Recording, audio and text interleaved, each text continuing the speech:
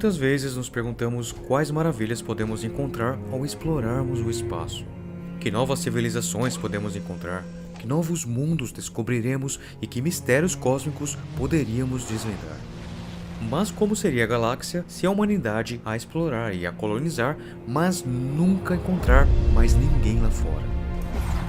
Hoje nosso tópico é o futuro da galáxia, e se a humanidade realmente for a primeira civilização tecnológica a surgir nela, algo que abordamos brevemente no vídeo O Mistério da Solidão Terrestre. Porém agora vamos destrinchar este assunto, com a humanidade explorando e colonizando a galáxia, ao mesmo tempo que contemplamos soluções ao paradoxo de Fermi. E se por outro lado encontrarmos alguém lá fora, o que vem depois? Que desafios uma civilização galáctica enfrentaria?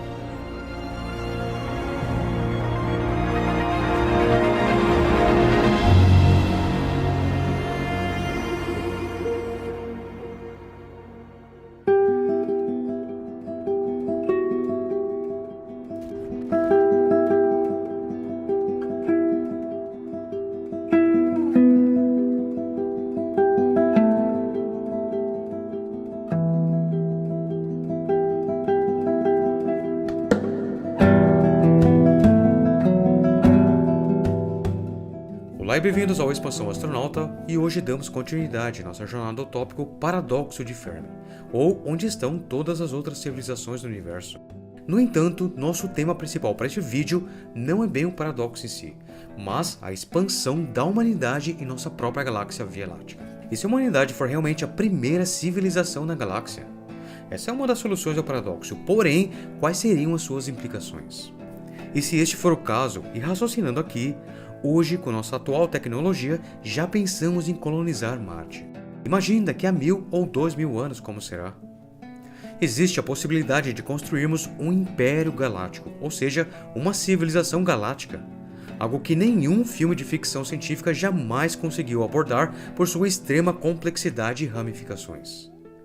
Mas imagine como seria uma civilização que abrange toda uma galáxia, como a Via Láctea. Digamos que nós humanos somos os primeiros e nos expandimos na galáxia a este nível. O que acontece se durante esse processo encontrarmos outras formas de vida ou civilizações de nível tecnológico muito inferiores? Essa é a parte 1, logo vem a parte 2, então pegue alguma coisa para beber e um lanche e vamos ao que interessa.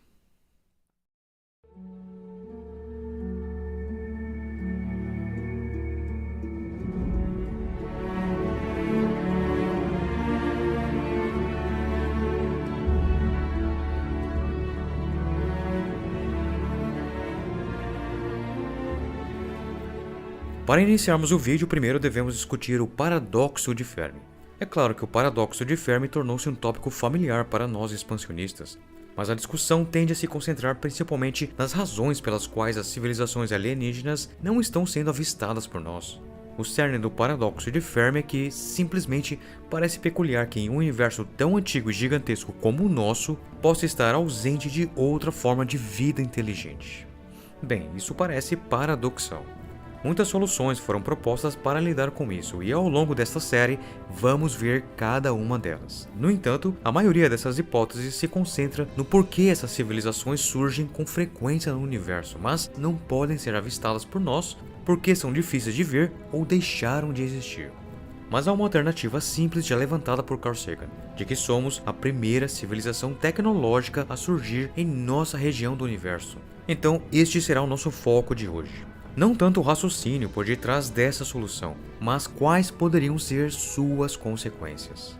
Como seria uma galáxia no futuro se a humanidade fosse a primeira civilização a surgir, se expandindo, colonizando todo lugar e talvez além, espalhando a semente da vida pela galáxia.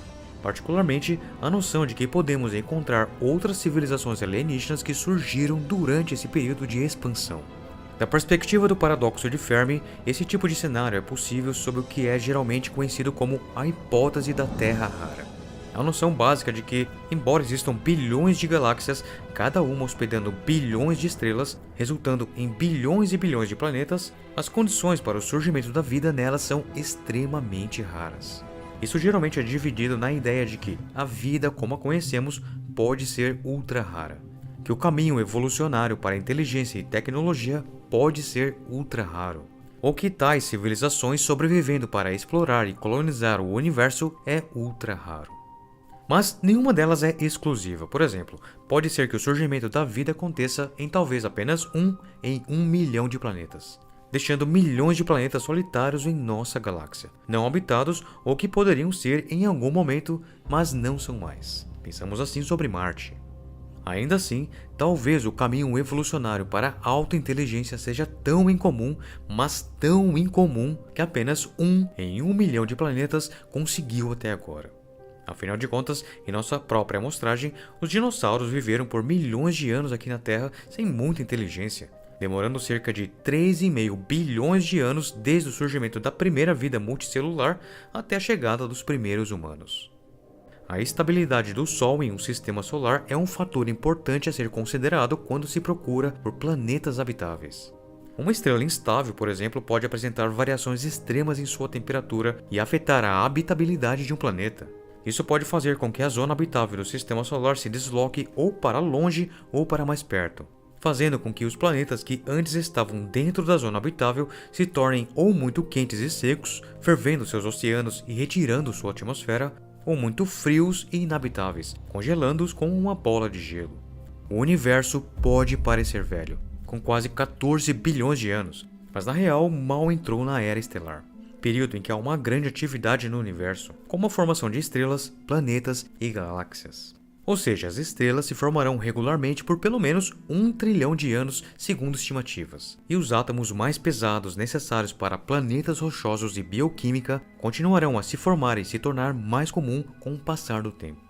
Então raciocinamos, se apenas 1 em 1 milhão de planetas já hospedou a vida, e apenas 1 em 1 milhão a viu alcançar uma inteligência superior, e apenas 1 em 1 milhão não se autodestruiu, então esses três fatores combinados tornariam improvável que qualquer outra civilização tecnológica além da nossa ainda exista em nossa própria galáxia Via Láctea. Essas barreiras à formação da vida e ao alcance da inteligência e à não autodestruição são chamadas coletivamente de filtros, e frequentemente as referimos como grandes filtros. Um determinado filtro que é particularmente improvável, como probabilidades de loteria. Uma das sugeridas é que, mesmo que a inteligência se desenvolva com bastante frequência, isso não leva necessariamente ao pensamento abstrato e à consciência da própria existência, muito menos a uma tecnologia séria. Afinal, existem muitas espécies na Terra que têm cérebros bastante grandes e os tiveram tanto quanto vários hominídeos, mas não fizeram muito com eles.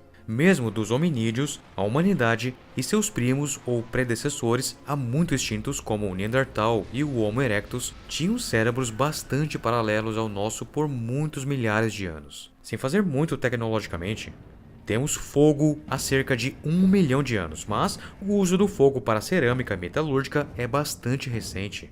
E é totalmente possível que muitas civilizações nunca sigam o caminho da alta tecnologia como sendo algo inevitável, como costumamos pensar.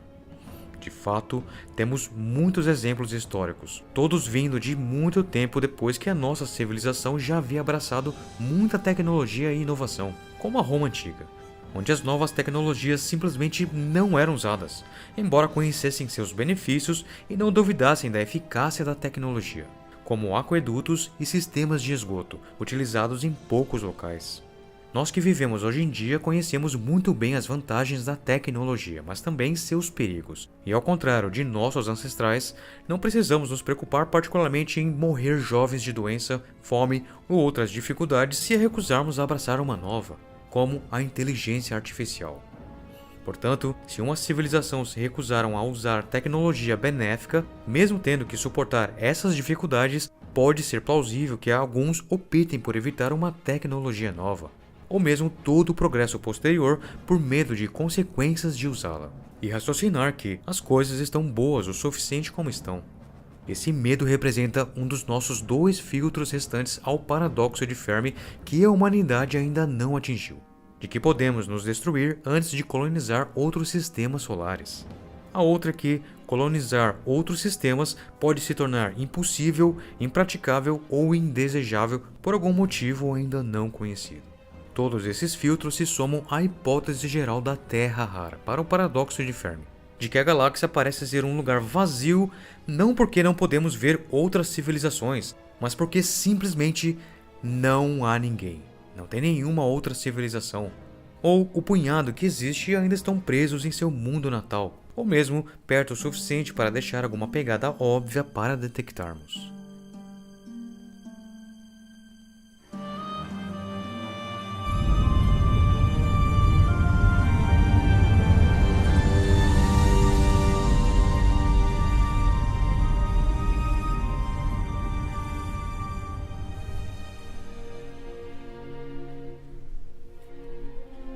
Tanto quanto podemos dizer, não é muito provável que a colonização de outros planetas em nosso próprio sistema solar seja uma barreira intransponível, ou que as pessoas se recusem a fazer. O instinto da exploração do ser humano é tão forte quanto da reprodução. E se você tem uma tecnologia para fazê-lo, pode ter certeza que irá fazer. Colonizar planetas próximos como Marte já permeia o pensamento comum, já outros sistemas solares ainda está fora de questão. A tecnologia atual, baseada na queima de combustíveis fósseis, não permite muito além, mas esta é a questão: tecnologias e civilizações evoluem, pelo menos em nosso paradigma. Também parece improvável que qualquer desastre natural possa destruir nossa civilização neste momento. Quanto a desastres não naturais, como a inteligência artificial ou a humanidade sendo substituída por ciborgues ou super-humanos geneticamente modificados, realisticamente, isso não importa muito para o paradoxo de Fermi, pois você geralmente está apenas substituindo uma espécie agressiva e avançada por outra que é ainda mais agressiva e avançada, e assim ainda melhor em colonizar a galáxia. Se estamos assumindo que uma galáxia é desprovida de vida, então temos todo lugar para nós mesmos. E embora esses planetas não sejam naturalmente hospitaleiros à vida como a conhecemos, deve haver bilhões que são muito mais fáceis de terraformar do que Marte ou Vênus.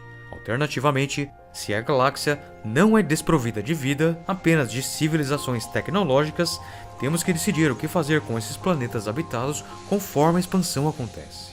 De certa forma, o que pensamos que gostaríamos de fazer nos informa sobre o que os alienígenas podem fazer e é uma de nossas abordagens para o paradoxo de Fermi. Se faz sentido para nós fazer algo, pode ser provável que os alienígenas ou a futura humanidade também ajam dessa maneira.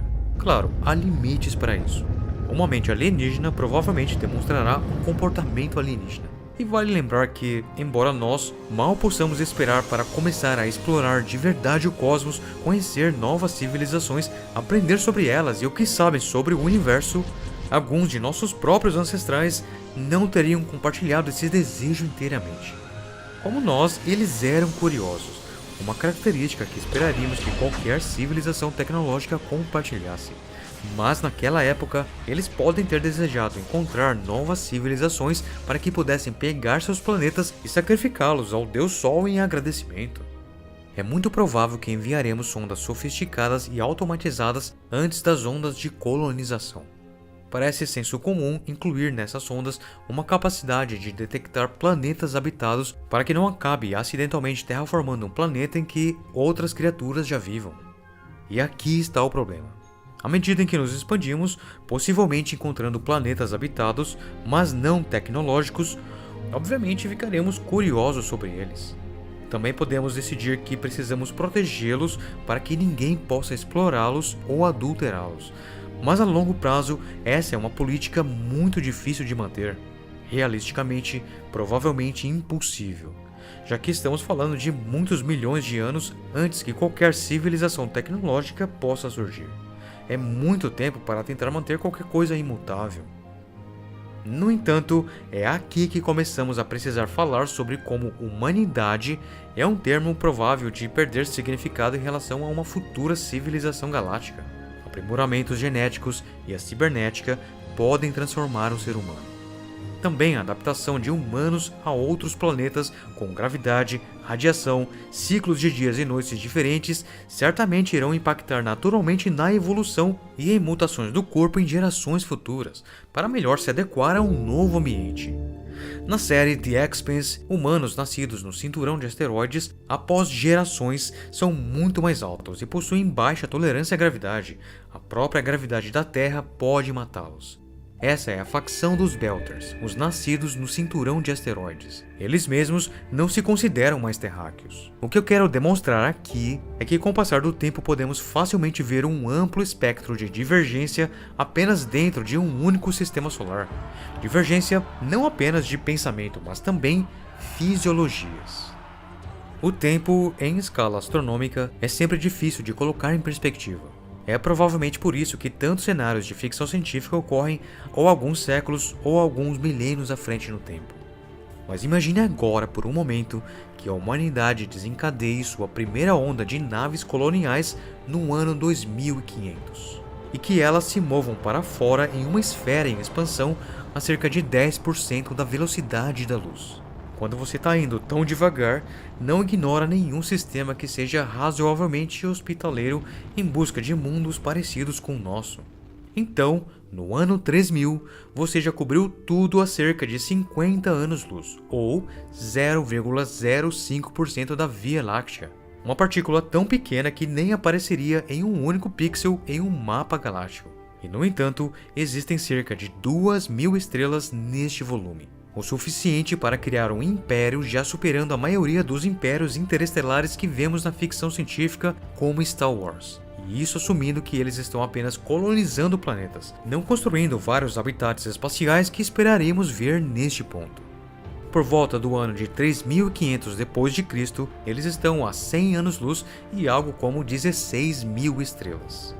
Por volta de 4000 d.C., eles estão a 150 anos-luz de distância. Uma esfera agora grande o suficiente para ser um pixel ou dois em um mapa galáctico e contendo mais de 50.000 estrelas. Esses humanos do futuro estão agora várias vezes mais à frente do que nós, quanto nós estamos hoje do início do Império Romano. Imagine agora por um instante como seria administrar e controlar uma civilização desta magnitude. Lembrando que esta ainda não é considerada uma civilização galáctica. Neste ponto, imaginamos que a maioria dos humanos provavelmente ainda vivam em torno de nossa estrela original e o planeta Terra onde tudo começou, apesar de terem 50.000 outras estrelas para chamar de lar. É muito mais fácil construir habitats artificiais ao redor de sua própria estrela do que colonizar mundos ao redor de outras estrelas. E esses habitats poderiam facilmente abrigar trilhões de pessoas, simplesmente tendo uma população que dobra a cada século. E tocando neste ponto, a humanidade quadruplicou no século XX, atingindo 6 bilhões pouco antes do fim do milênio, e hoje somos 33% maior do que 22 anos atrás, para 8 bilhões em 2022. Mas, no ano 5000 d.C., podemos ter alcançado até 4 trilhões de pessoas na galáxia, enquanto na vanguarda da colonização eles teriam atingido 250 anos-luz. Ainda um pontinho minúsculo no mapa galáctico, mas contendo 1/4 de milhão de estrelas.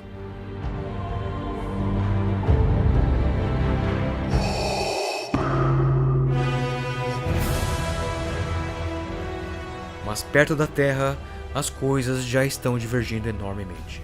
Colônias espalhadas pelo sistema solar que agora possuem pouco em comum formam facções. Eles podem ser uma pequena minoria de toda a civilização galáctica humana emergente neste momento.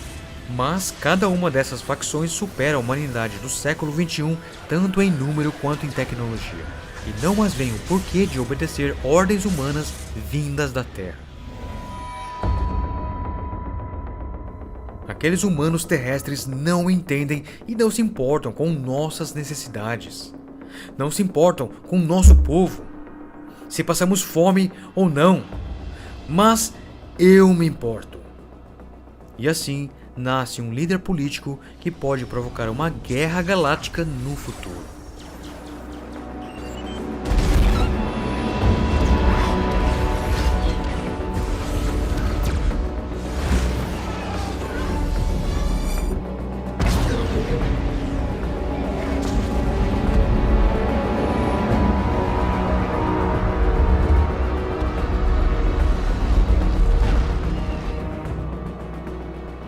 Agora, as coisas mudam drasticamente, e a imagem clássica da ficção científica se estilhaça totalmente.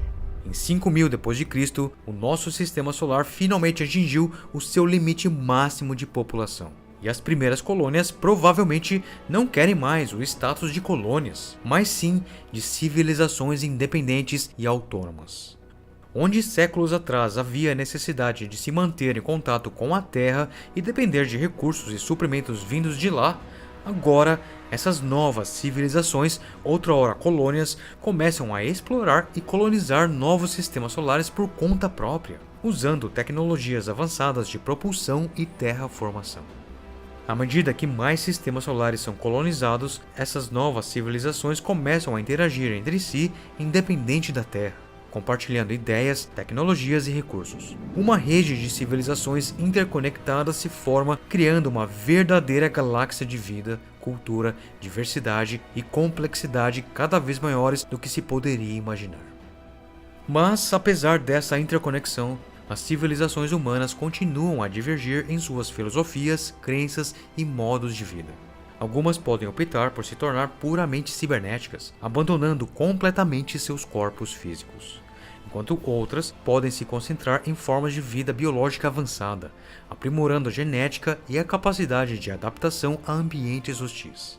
Ou seja, cada vez mais, cada polo de civilização humana começa a diferenciar de sua origem. Ainda estamos nos primeiros dias da colonização. Não terminamos nem 1% da linha do tempo para colonizar a galáxia, e não temos nem 1% das pessoas vivendo fora de nosso sistema solar nativo.